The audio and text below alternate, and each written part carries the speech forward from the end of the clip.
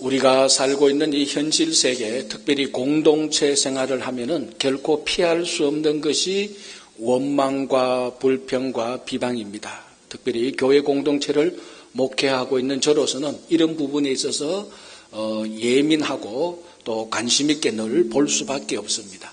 이 목회적인 본성이 어떤 한 사람이 억울하게 비방당하고 무시당할 때 되면은 이 본성이 어떻게 작용되는가 하면 그 사람을 꼭 옹호하고 변호해주고 싶어서 입이 근질근질합니다. 참으려고 그래도 참을 수가 없어요. 그래서 오늘 또 억울하게 비방당하고 있는 한 사람을 제가 변호하고자 합니다. 제 목회 세계에서, 현실 세계에서 일어난 일이 아니고 오늘 본문에 나타나 있는 모세 이야기입니다. 모세가 40년 동안 그 광야 생활을 하면서 수없이 많은 비난과 비방을 당했는데 오늘 본문에서 일어난 이 비방은 참 모세가 억울하게 당하고 있는 것입니다. 그래서 오늘 또 입이 근질근질해서 참지 못하고 이것을 모세를 위해서 변호하겠습니다. 그래서 오늘 제목이 모세를 위한 변명입니다. 자, 오늘 본문 1절을 보면은 모세가 억세게 비방당합니다. 미리암과 아론, 즉 모세의 친누이와 모세의 친형이 자기 동생 모세를 비방합니다. 그 비방하는 이유가 무엇입니까? 구스 여인을 취하였으므로 미리암과 아론이 비방했다라고 말합니다. 자, 구스 여인은 어떤 여인인가 하면은 이디오피아 여인입니다. 구스가 성경에 나타난 대부분의 구스의 명칭은 지금의 이디오피아를 말하고 있습니다. 그러니까 모세가 이디오피아 여인을 아내로 취했습니다. 이게 아마 많은 학자들이 주장하기를 십보라가 죽고 난 다음에, 첫 번째 아내 십보라가 죽고 난 다음에 재혼한 것일 거라고 추정을 하고 있습니다. 그런데 오늘 이 미리암과 아론이 비방한 이유는 모세가 재혼한 것에 대해서는 일체의 비방이 없습니다. 거기에 대한 것은 이슈 자체가 아닙니다. 무엇이 이슈인가 하면은 이디오피아 여인을 아내로 취한 것이 문제가 되고 그걸 비방합니다. 왜냐하면은 이디오피아 여인은 이방 여인이기 때문에 그렇습니다. 그래서 율법에 보면은 하나님께서 이방 여인을 아내로 취하지 말라는 율법 규정이 있습니다. 일반 백성이 이방 여인을 아내로 취해도 문제가 되는데 최고 지도자 모세가 이방 여인을 아내로 취했으니까 이건 당연히 비방거리가 되는 것이죠. 그리고 이 율법을 다름 아닌 모세 자신이 하나님으로부터 받아온 것입니다. 그러니까 자기가 받아온 율법에 자기가 어긋나는 행동, 이방 여인을 취했으니까 이거는 심각한 자기 모순이기 때문에 미리암과 아론으로부터 비방을 받아야 마땅합니다. 자, 여기에 무슨 모세를 위한 변호, 옹호, 모세를 위한 변명이 있겠습니까? 이렇게 생각할 수 있겠지만은, 자, 이제 비방당하고 있는 모세, 그 현상을 한 커플씩 한번 벗겨보도록 하겠습니다. 자, 모세가 비방당하고 있는 이방 여인을 취했던 율법 규정이 출애굽기하고 민수기에 나와 있는, 출애굽기하고 신명기에 나와 있는데 신명기에 나와 있는 내용을 제가 한번 정확히 읽어드리겠습니다. 이게 신명기 7장 3절 4절에 이 규정 때문에 지금 모세가 비방을 당하고 있습니다. 자, 그 규정을 제가 읽어드릴게요. 또 그들과 혼인하지도 말지니, 여기서 그들은 이방인들입니다. 자, 그래서 또 그들과 혼인하지 말지니 너의 딸을 그들의 아들에게 주지 말 것이요 그들의 딸도 너의 며느리로 삼지 말 것은 그가 너의 아들을 유혹하여 그가 여호와를 떠나고 다른 신들을 섬기게 함으로 여호와께서 너희에게 진노하사 갑자기 너희를 멸하실 것임이라. 이 규정입니다. 여기에 분명히 그들과 혼인하지 말라, 이방인과 혼인하지 말라는 율법 규정이 분명하게 있습니다. 부정할 수 없죠. 미리암과 아론의 비방이 정당하게 보입니다만 이 규정을 다시 한번 보십시오. 하나님께서 이 율법 규정, 이방인과 결혼하지 말라는 율법 규정의 본질이 무엇입니까? 인종적인 이방인과 무작정 결혼하지 말라는 겁니까? 그게 아닙니다. 오늘 본문 제가 읽어드렸다시피 이방인과 결혼하지 말라는 이유는 이방 여인과 결혼했을 때에 그 이방 여인이 섬기는 우상을 너도 섬길까 염려된다는 겁니다. 좀 더 진보해서 말하면은 이방 여인과 결혼하게 되면은 이방 여인이 섬기는 우상을 너도 반드시 섬기게 되기 때문에 애시당초 이방 여인과 결혼을 하지 말라는 규정입니다. 핵심이 뭡니까? 인종적인 이방인과의 결혼이 핵심입니까? 온전히 하나님만 섬기라는 게 핵심입니까? 온전히 하나님만 섬기라는 게 핵심이죠. 이방 여인과 결혼하지 말라는 이유는 하나님을 섬기지 못할까 봐, 그 이방 여인이 섬기는 우상을 섬길까 봐 미리 그걸 차단하는 것이지, 인종적인 이방인과 결혼해서는 안 된다는 게 본질이 아닙니다. 겉으로 드러난 현상은 이방 여인과 결혼하지 말라는 것이었지만 그 본질은 하나님을 끝까지 우상 숭배하지 말고 하나님을 잘 섬기라는 게 본질입니다. 이방 여인이 본질이 아니고 신앙이 본질이라는 것입니다. 자, 그러면은 이 구스 여인, 이방 여인, 이디오피아 여인이 모세에게 어떤 신앙에 영향을 미쳤을까요? 정말 이 율법의 규례대로, 염려대로 구스 여인이 모세를 유혹해서 자기가 섬기던 이방신을 섬기게 했습니까? 자, 우리가 모세 오경을 보면 모세는 죽을 때까지 끝까지 하나님을 잘 섬겼습니다. 다시 말하자면은 이 구스 여인이 모세에게 우상을 섬기도록 종용한 적이 없습니다. 그러니까 아무런 모세가 신앙생활 하는데 하나님을 섬기는데 이 구스 여인은 아무런 방해거리가 되지 않았다는 것입니다. 문제가 없죠. 제일 중요한 것은 오늘 본문의 내용입니다.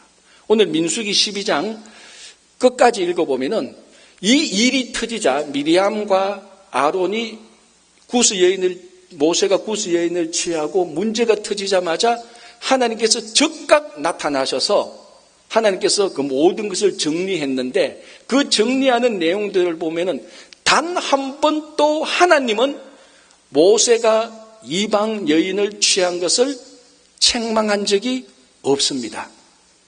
진짜 미리암과 아론이 비방했던 것처럼 이것이 문제가 되었더라면은 누구보다도 먼저 하나님께서 모세를 책망했을 것입니다. 오늘 본문을 읽어보면 하나님은 모세가 구스 여인을 취한 것을 인정하고 있습니다. 그러니까 하나님이 인정한 것을 왜 미리암과 아론이 끼어드느냐 말입니다.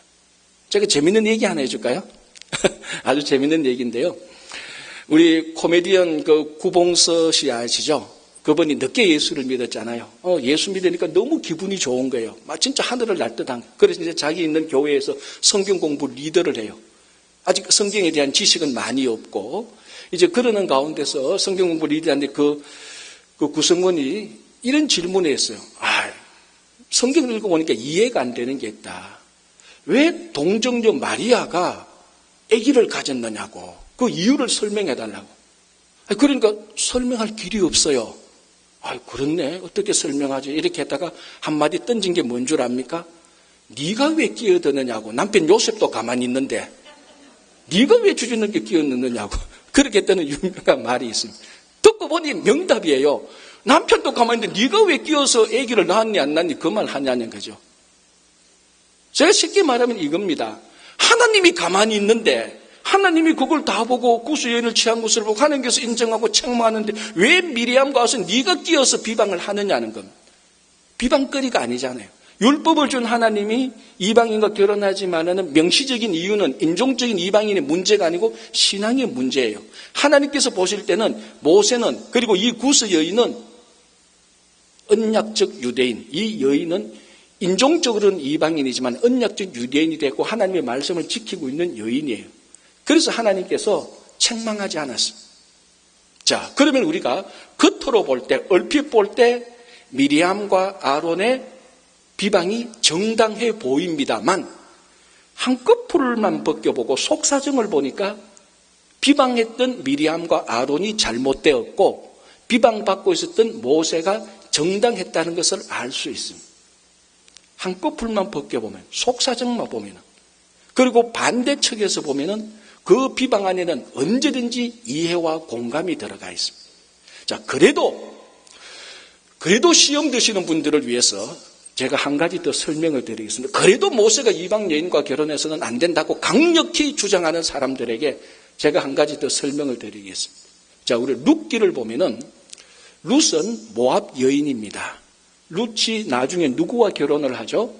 보아스와 결혼을 하는데, 보아스는 우리말로 하면 정통 유대인입니다. 그런데 룻기를 봐도 이 보아스가, 정통 유대인 보아스가 이방 여인 모압 여인 룻과 결혼하는데 그거 잘못됐다고 책망한 부분이 있습니까? 없습니까? 한 군데도 없습니다. 왜 그렇죠? 룻이 이방 여인이지만 언약으로 유대인이 된 여인이기 때문에 그렇습니다. 자, 이게 뭔가 하면요, 이스라엘 백성들이 출애굽할 때에 우리가 말하는 유대인만 출애굽한 게 아닙니다. 다른 애굽에서 살던 종살이였던 소수 인종들도 같이 출애굽을 했습니다. 인종적 이방인이죠. 그래서 율법을 자세히 읽어보면 인종적인 이 이방인들도 하나님의 언약을 지키면, 안식일을 지키면, 율법에 순종하면 유대인으로 인정해 주는 것입니다. 그래서 인종적으로는 이방인이지만 하나님과의 언약 안에 들어와서 언약을 지키기 때문에 언약적인 유대인으로 인정해 주는 것입니다. 룻이 바로 인종적으로 이방인이지만은 룻은 언약적으로 유대인입니다. 보십시오. 룻이 왜 모압에서 베들레헴까지 따라왔습니까? 자기 시어머니 나오미가 섬기는 하나님을 섬기려고. 그 이방 땅 모압에서는 하나님 못 섬기니까 모압이가 넌 남아있어라 그래도 어머니의 하나님이 나의 하나님이 되고, 룻이 고백하잖아요. 언약적 유대인이 되는 겁니다. 그래서 룻기에서 인종적으로 이방인 룻이지만은 보아스가 언약적 유대인 룻과 결혼해도 아무런 문제를 삼고 있지 않습니다. 모세가 구스 여인과 결혼한 것도 이거하고 마찬가지입니다. 그래서 보아스가 룻을 결혼해서 나중에 정손자를 낳는데 누굽니까? 그게 다윗 아닙니까? 그게 다윗입니다. 그 사람이 다윗입니다. 하나 더 얘기해 볼까요? 여리고성이 무너질 때 구원받은 이방 여인이 있습니다. 라합이죠. 라합은 분명히 이방 여인입니다. 그러나 라합 집에 정탐꾼이 들어왔을 때 그 정탐꾼에게, 유대인 정탐꾼에게 라합이 신앙 고백하잖아요. 이스라엘의 하나님이 상천하지에 진짜 하나님이라고 고백합니다. 하나님에 관한 얘기를 듣고. 인종적으로 이방인이지만은 언약적으로 유대인이 되어 있습니다. 라합이 누구와 결혼합니까? 살몬이라는 유대인과 결혼을 해요. 라합과 살몬이 낳은 사람이 아들이 누굽니까? 그 사람이 보아스예요. 자, 여러분, 이 다윗이 태어나는데, 다윗을 통해서 예수 그리스도가 탄생하는데, 만약에 오늘 미리암과 아론이 그 비방한 대로 이런 유대인, 이런 이방인 여자와 결혼을 하지 않았다면, 이게 문제가 되어서 결혼이 잘못되었다면 구원의 역사는 다 헝클어집니다. 그래서 오늘 모세가 인종적으로 이방 여인이었던 구스 여인과 결혼한 것은 정당했습니다. 잘못이 아닙니다. 비방하고 있는 미리암과 아론이 잘못한 것이죠. 아니, 한 발자국 더 나가서 나중에 룻이 그리고 라합이 결혼하게 되는 이정표를 모세가 구스 여인과 결혼해서 그 결혼의 이정표를 세워놓은 것입니다. 이처럼 모든 비방에는 한꺼풀만 벗겨보고 속사정을 보면은, 그리고 반대 측에서 보고 하나님 측에서 보면은 우리가 하고 있는 모든 비방에는 반드시 이해할 수 있는 것과 공감할 수 있는 것들이 다 들어가 있습니다. 지금 여러분들이 가정이나 직장이나 일터나 또는 교회 공동체나 이민사회에서 비방하거나 비방당하거나 원망하거나 불평 중에 있는 분들이 있을 것입니다. 그 현상만 보고 한쪽만 보고 비방에 빠질 것이 아니고 잠시 물러서서 성숙한 자세로 잠시 물러서서 그 비방의 속사정을 보면은, 하나님 편에서 다른 편에서 보면은 거기에는 우리가 충분히 받아들일 수 있는 이해와 공감이 있습니다. 모든 비방을 내려놓고 우리는 이해와 공감을 함께 나누는 성숙한 성도가 되어야 되는 것이. 그래서 지금 여러분 속에 여러분을 주변을 둘러싸고 있는 어떤 비방과 무시와 멸시와 원망과 불편을 잠시 내려놓고 정말 성숙한 태도로 속사정을 보면은 우리가 충분히 받아들일 수 있는 이해와 공감을 함께 나누는 교회 공동체가 되기를 바랍니다. 자, 오늘 이제 본문을 보면은 이 미리암과 아론이 비방했던 내용이 나오는데 이 내용 자체는 구스 여인을 취했던 것에 대한 비방이 아니고 리더십에 대한 비방이 나옵니다. 그래서 2절에 비방한 내용이 뭡니까? 하나님이 모세와만 말씀을 했느냐? 우리와도 말씀을 하지 아니했느냐? 이 말입니다. 그 말의 의도는 뭡니까? 하나님이 모세하고만 얘기해서 모세에게 모든 것을 알려준 것이냐?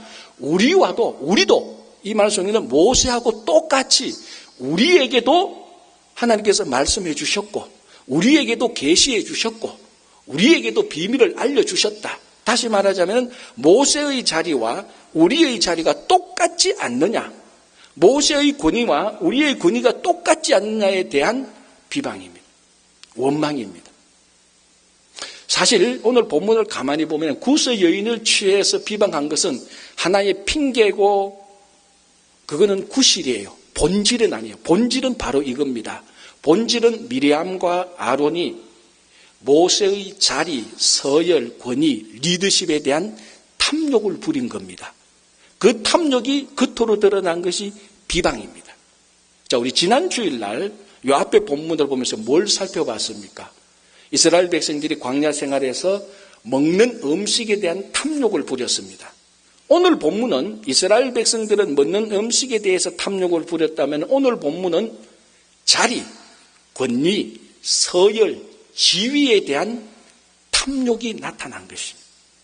자, 우리 지난 주일날에 탐욕은 어떻게 벗어날 수 있다고 함께 말씀을 나누었습니까? 탐욕은 하나님께서 주신 것에 대한 만족으로 벗어날 수 있습니다. 만족은 감사와 기쁨이죠. 하나님께서 주신 만나와 메추라기에 만족하게 될 때, 거기에 대해서 감사하고 기뻐하게 될 때 애굽의 고기와 애굽의 음식에 대한 탐욕이 사라집니다. 내게 주어진 것에 대한 감사, 기쁨이 있는데 다른 것에 대한 탐욕이 생기지가 않죠. 동일합니다. 하나님께서 아론과 미리암에 주신 그 자리, 서열, 지위에 미리암과 아론이 만족했다면은 모세의 자리와 지위, 리더십에 대한 탐욕이 생기지 않았을 것입니다. 자기 자리, 자기 지위에 만족하지 못했기 때문에 감사와 기쁨이 없었기 때문에 최고 지도자 1인자의 자리를 넘보고 탐욕을 부리게 된 것입니다. 여러분 1976년 1월 6일 날 정확히 1월 8일입니다. 1월 8일 날 6일이나 8일이나 1월 달에 유엔에서 그 당시 유엔 사무총장 발트하임이 중국 지도자 한 사람이 죽게 된 그 죽은 것을 보고 유엔에 조기를 개항했습니다. 중국 지도자의 죽음을 애도하기 위하여서 유엔 본부에 조기를 개항했습니다. 이 중국 지도자가 누굴까요? 하나 더 힌트. 이 사람은 해밍웨이가 몰래 중국에 들어가서 이 사람을 만나고 난 다음에 이 사람을 평가하기를 중국 최고의 위대한 인물이라고 평가를 했습니다. 누굴까요? 더 어렵죠. 이제 쉽게 힌트를 줄게요. 영원한 2인자 또는 인민의 총리라고 불린 사람입니다. 누굴까요? 중국말로 저원나이, 한국말로 주언내 총리입니다. 많이 들어봤을 겁니다. 모택동과 등소병 밑에서 27년 동안 2인자로서 영원한 2인자로서 총리를 한 27년간 장기간 총리 기록을 세운 사람이 주언내 총리입니다. 이 사람은 2인자로 살았지만은 요즘은 모르겠지만 한 10년 전 자료만 봐도 중국에서 가장 존경받는 사람이었습니다. 인기 투표를 하면은 모택동, 등소평보다 더 1번 나오는 사람이 이 주언내 총리예요. 실제로 천안문 사태가 일어났을 때에 그 중국 어떤 지도자 그룹이 주언내의 흔적을 지우려고 하자 백성들이 천안문에 나와서 외쳤던 구호가 이겁니다. 주 총리를 비난하는 모든 사람은 우리가 타도할 것이다, 이 말입니다. 그럼 백성으로부터 진심으로 존경을 받았던 사람입니다. 2인자였는데 1인자 모택동보다, 등수평 1인자보다 훨씬 더 존경을 받았어요. 그리고 그 당시 모택동이 1인자였지만은 모택동은 카리스마에 비해서 업무 능력이 굉장히 부족했습니다. 그 1인자가 하지 못하는 모든 업무 능력을 2인자였던 주원래가 다 업무 처리해 줬어요. 그리고 미국 대통령 닉슨이 모택동과 그리고 이 주원래를 만나보고 난 다음에 이 두 사람에 대해서 이렇게 평가를 합니다. 중국 공산혁명을 성공시킨 사람은 모택동이지만 지금의 중국을 있게 한 사람은 주원래다, 이렇게 평가를 했습니다. 무슨 말인가 하면은 영원한 2인자였지만은 어느 1인자보다 더 영향력을 끼쳤고 더 존경을 받았고 더 업무를 잘 처리했습니다. 서열적으로 자리적으로 봤을 때는 2인자였지만 실제적인 1인자를 뛰어넘는 1인자 위에 진짜 1인자였던 것이 주원래였습니다. 미리암과 아론이 몰랐던 게 바로 이 부분입니다. 모세는 1인자였고 자기들은 2인자, 3인자입니다. 자기들은 늘 1인자를 이기고 싶어 했을 수도 있겠죠. 자기의 동생이었으니까. 그러나 주원래를 보십시오. 1인자에 대한 탐욕이 없습니다. 이 사람은 심지어 어느 정도였는가 하면 원래 주원래는 모택동보다 서열과 지위가 한참 높았어요. 그래서 중국 공산혁명을 하면서 주원래가 이 모택동을 만나면서 하나 모택동에게 발견한 게 있습니다. 1인자로서 카리스마를 발견합니다. 그래서 서열이 한참 자기가 높았는데 모택동에게 1인자 서열을 넘겨주고 자기가 2인자로 내려앉아요. 자리에 대한 탐욕을 부리지 않습니다. 그럼에도 불구하고 1인자를 능가하는 모든 영향력과 리더십을 가지고 있었습니다. 진짜로 아론과 미리암이 리더십에 대한 탐욕이 있었다면 자리를 넘볼 게 아니고 지위를 넘볼 게 아니고 그 자리에서 자기 자리에서 성실하게 충실하게 일을 감당했더라면 일이 어떻게 될지 모릅니다. 여러분, 만약에 모세라면 어떻게 되었을까요? 모세가 2인자, 3인자였고 아론과 미리암이 1인자, 2인자였다면 모세가 오늘 이 본문처럼 비방을 했을까요? 저는 절대 그렇지 않다고 생각합니다. 물론 오늘 제가 모세를 옹호하기로 작정했기 때문에 그렇습니다. 첫 번째, 모세는 자기가 원해서 1인자가 된 사람이 아닙니다. 모세는 1인자의 자리에서 도망가려고 몇 번이나 노력했지만 하나님께서 불러서 1인자의 자리에 채워놔, 1인자의 자리에 올려놨습니다. 최고 지도자가 됐습니다. 그리고 모세오경을 보면은 단 한 번도 모세가 1인자로서 권력을 남용하거나 오용한 적이 한 번도 없습니다. 더 결정적인 것은 오늘 본문 민수기에서 하나님께서 모세에 대해서 뭐라고 말하는가 하면 7절에 민수기 12장 7절에 이 모세는 내 온 집에 충성된 사람이라고 말합니다. 여러분, 다른 사람 자리를 넘보면서 열심히 일하는 것은 충성이 아니죠. 그거는 모략과 업무입니다. 그러나 더 높은 자리를 전혀 마음에 두지 않고 자기 주어진 자리에서 최선을 다하는 그 사람을 우리는 충성된 사람이라고 말하죠. 하나님께서 모세를 인정합니다. 좀 풀어서 해석하면 이렇죠. 아론, 미리암, 너희들은 2인자, 3인자의 자리에서 1인자의 자리를 넘보지만 모세는 어떤 자리에서도 자리를 넘보지 않는 충성된 사람이라는 것입니다.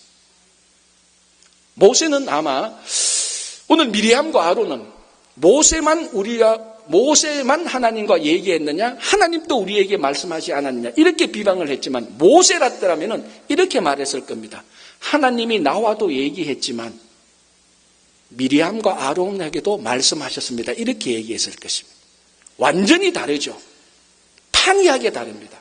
왜? 미리암과 아론은 자리, 서열, 지위, 권위에 대한 탐욕이 있었지만 모세는 자기에게 주어진 그 자리를 만족하고 그 자리에서 충성했습니다.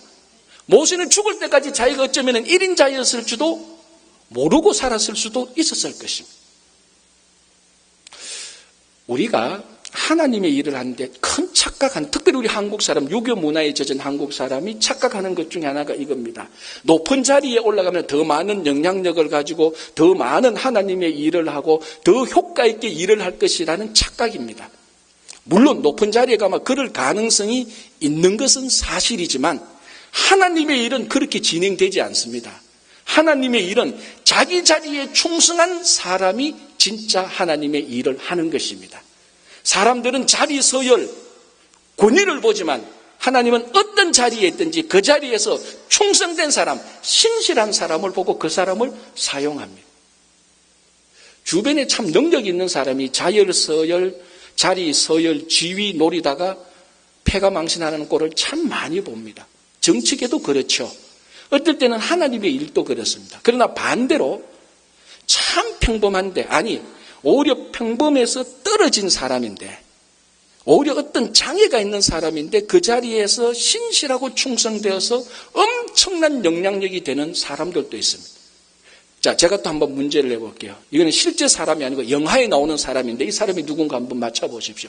IQ 75, 지적 장애를 가진 사람입니다. 몸은 굉장히 허약하고 학교에서 왕따가 되었지만 한때는 국가적인 영웅이 되기도 하고 국가에 엄청난 영향력을 미쳤던 남자가 있습니다. 이 사람 이름이 뭡니까? 여러분 영화 다 봤을 건데 그 사람 이름이 포레스트 검프입니다. 소설을 영화로 만들었죠. IQ 75의 지적장애인, 학교에서 늘 놀림당해요. 그 영화를 처음부터 끝까지 쭉 보면 참 감동적이에요. 제가 진짜 오래전에 보면서 어쩌면은 제가 미국 오게 된 아메리카 드림, 굳이 아메리카 드림의 한 부분 요소도 그거예요. 아, 미국이라는 나라는, 그때 미국이라는 누구든지 자기 자리에서 신실하고 충성하니까 국가적인 영웅도 되더라는 게 그게 메시지예요. IQ 75, 허약체질, 왕따당합니다. 그러나 단 한 번도 이 포레스트 검프는 남의 자리를 탐하거나 지위나 권력이나 서열에 욕심 부리지 않습니다. 어디에 가든지 최선을 다하고 신실하게 살아갑니다. 그래서 한때는 국가적인 영웅이 되고, 그 영화를 보면은 참 재밌는 게 엘비스 프레슬리의 영적 영감을 주는 사람이 IQ 75의 포레스트 검프예요. 존 레논의 영적인 영감을 주는 사람이 IQ 75의 포레스트 검프예요. 왜? 자기 자리에 충실하고 신실할 때. 혹시나 우리 가운데 여전히 이민사회에 살면서 자리나 서열이나 권력이나 지위에 대한 탐욕이 있다면 정말 그거 가지고는 우리가 하나님의 일을 하지 못합니다. 어느 자리에 있든지 비록 그게 포레스트 검프처럼 낮은 자리에 들어간다 할지라도 모세처럼 충성될 때에, 그리고 신실하게 살아갈 때 하나님은 이 사람을 사용하셔서 진짜 1인자보다, 세상의 1인자보다 더 뛰어난 영향력과 리더십을 주게 되는 것입니다. 자, 마지막으로 오늘 3절에 모세에 대해서 이렇게 평가합니다. 이 사람 모세는 지면의 모든 사람보다 온유함이 더하더라. 다시 말하면 가장 온유한 사람이었다고 말합니다. 여기서 이 온유라는 뜻에 참 많습니다. 아주 많은데 오늘 본문과 연관해서 우리가 생각해 볼 온유의 뜻은 야생마를 길들여서 순종하게 하는 것의 이미지입니다. 이게 원래 온유의 뜻이 있어요. 야생마, 길들이지 않는 아주 거친 말을 어느 한 사람이 길들여 가지고 자기 말이 순종하게 되는, 그게 온유입니다. 우리가 보통 온유라고 생각하면 천성이 나긋나긋하고 좀 여자처럼 부드럽고 친절한 걸 말하는데, 그건 어떤 하나의 나타난 결과지만은 원래 온유 속에 담겨져 있는 것은 아주 거친 야생마를 길들여서 고삐를 딱 메어서 그 주인에게 말을 듣도록. 그래서 이 주인에게는 이 야생마 같은 말이, 야생마가 고분고분 말을 듣습니다. 이게 온유입니다. 모세가 그랬죠. 모세 나이 40살에 모세는 진짜 야생마였습니다. 우리 주변에 성질 급하고 좀 거친 말로 성질 더러운 사람이 있죠. 제가 아무리 봐도 모세만큼은 성질 급하고 더럽지 않아요. 모세가 어떤 사람입니까? 40살 때 밖에 나가 보니까 애굽 사람이 자기 동족을 때리고 있어요. 어떻게 했습니까? 지 성질을 못 이겨가지고 거기서 사람을 죽여버려요. 화가 나서 그 자리에서 죽여버리고 땅에 묻어버려요. 성질도 이런 성질이 어디 있어요, 여러분? 여러분 항성질을 한다는 사람은요, 모세하고 비교하면 한성질도 안 돼요. 진짜 야생마 중에 야생마잖아요. 그 야생마였던 모세가 40년 광야 생활에 그치면서 하나님에 의하여서 훈련돼서 온유한 사람이 돼요. 그래서 온유한 사람은 세상의 환경과 형편에 끌려가지 않습니다. 자기를 훈련시킨 사람에게만 이끌려갑니다. 그래서 진짜 온유한 사람은 세상에 끌려가지 않고 세상의 형편과 사건과 어떤 비방에 끌려다니지 않고 하나님에 의해서 이끌려 다니는 사람이에요. 그래서 오늘 본문을 보면은 모세가 비방을 당하잖아요. 모세가 비방을 당해도 민수기 12장 읽어봐도 이 사건의 끝까지 읽어봐도 모세는 온유하기 때문에 하나님에 의해서 인도받기 때문에 그 비방에 끌려다니지 않습니다. 이게 온유한 사람이 세상을 이기는 방법이에요. 제가 재밌는 얘기 하나 할게요. 할아버지가 나귀의 손자를 태우고 어느 한 마을로 들어갔습니다. 그러니까 사람들이 수군수군 하는 거예요. 아니, 저 나귀에 탄 소년 보니까 아주 건강한데 왜 나귀에 태워?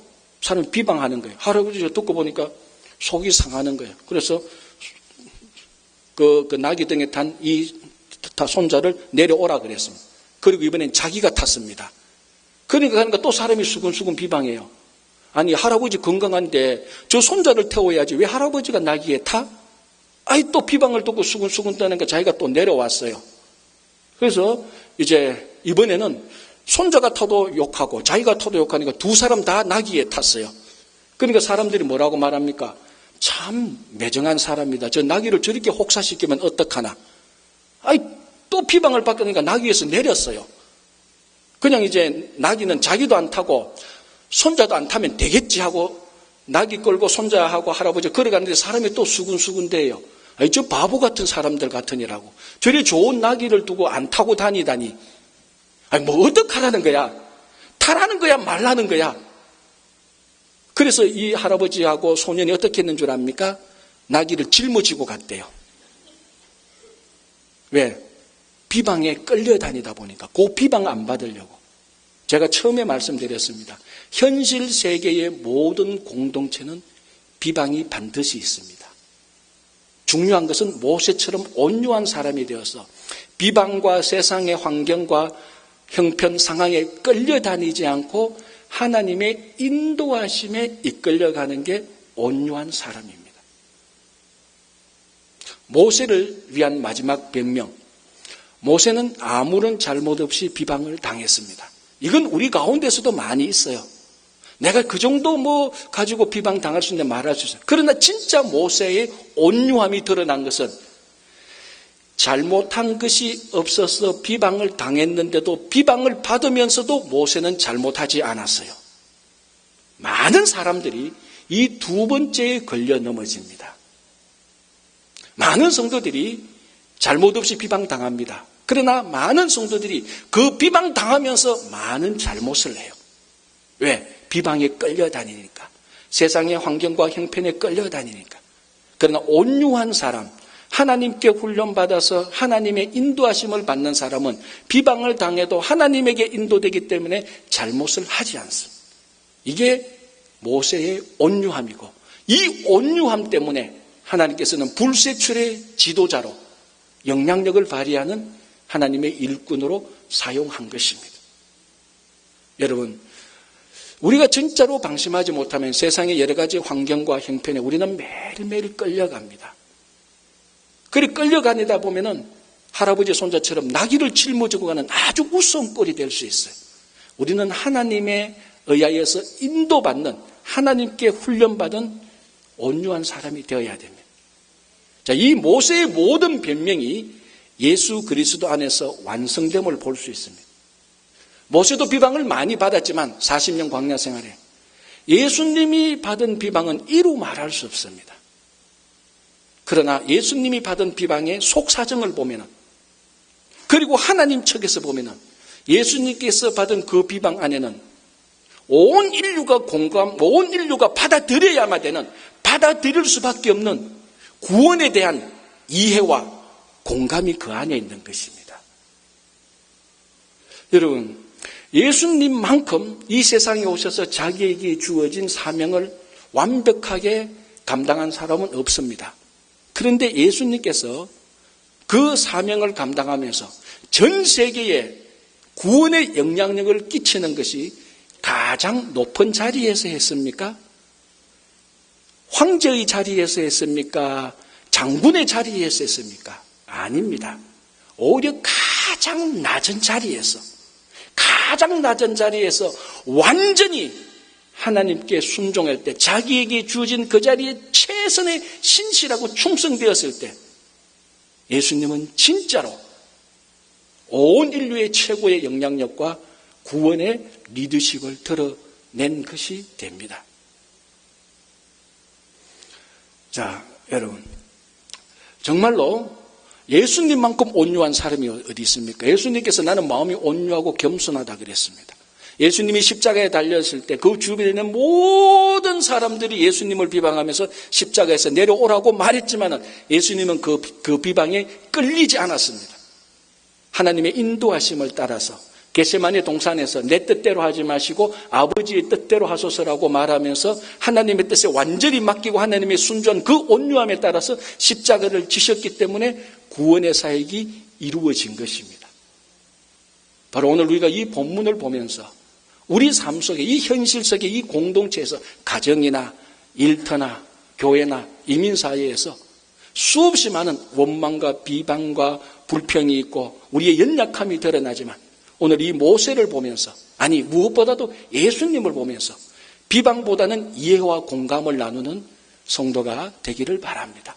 우리가 주님의 일을 감당한다고 해서 높은 자리에서 하는 거 아닙니다. 내게 주어진 자리에서 신실하고 충성될 때에 우리는 그 일을 감당해 낼 수 있는 것입니다. 오늘부터라도 온유한 사람이 됩시다. 나긋나긋하게 여자처럼 말하는 게 아니고 하나님에게 훈련받아서 세상에 끌려가는 것이 아니고 하나님의 인도하심을 받아서 세상을 끌고 가는 교회와 성도들이 되기를 바랍니다.